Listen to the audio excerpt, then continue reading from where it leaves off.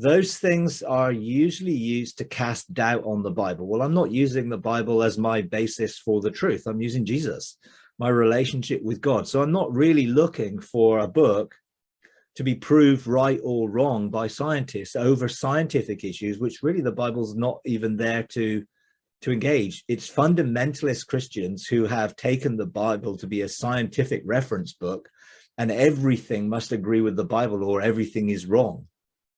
That is fundamentalism, and I'm definitely not a fundamentalist in that sense.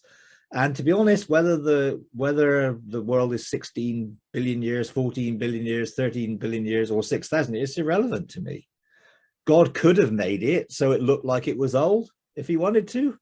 You know, anything's possible, but does it really change what I'm looking at now? And I'm really looking at, I need to know God's original intention so I can cooperate with him for the restoration of that intention so that we can live out his intention today as it was in the beginning. And that's really my only interest in the past from that perspective, is I want to know what was God's original intention, and therefore I can cooperate with him. Now, he can tell me what his original intention is without me having to look at history or history books. Now, you know, I can look at history books and I can guarantee that history was written from the perspective of a particular slant. Those who usually won victories of wars and other things wrote history.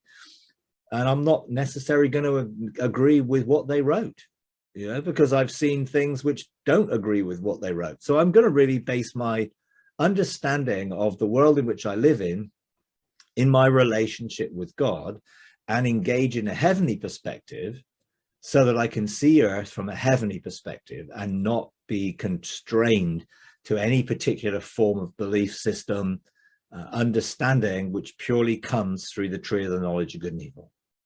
And our problem is most of our history, most of our school criteria, most of our educational things have been framed from the tree of the knowledge of good and evil. So they're suspect from God's perspective. They may be true, some of it might be true, but its perspective needs to be seen from God rather than from earth. So I'm definitely not a humanist looking for man to ascend or man to be something independently of God. I believe as sons of God, we will be restored to our original condition. So there may have been people who lived in caves. There may have been people, and we have evidence from that, and they drew pictures and cave pictures and whatever. Does that mean that the original people were ignorant? No.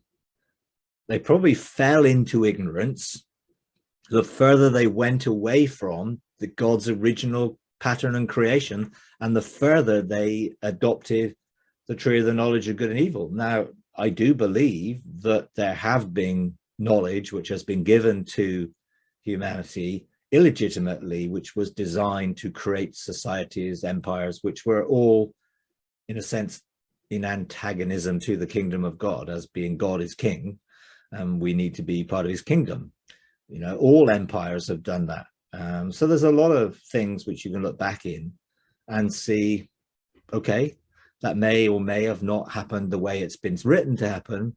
But I think history obscures our real origin because it doesn't want us to be known as the sons of God, therefore for us to embrace the reality of who we are. Therefore, it will hide that within all sorts of different historical perspectives of the ascent of man.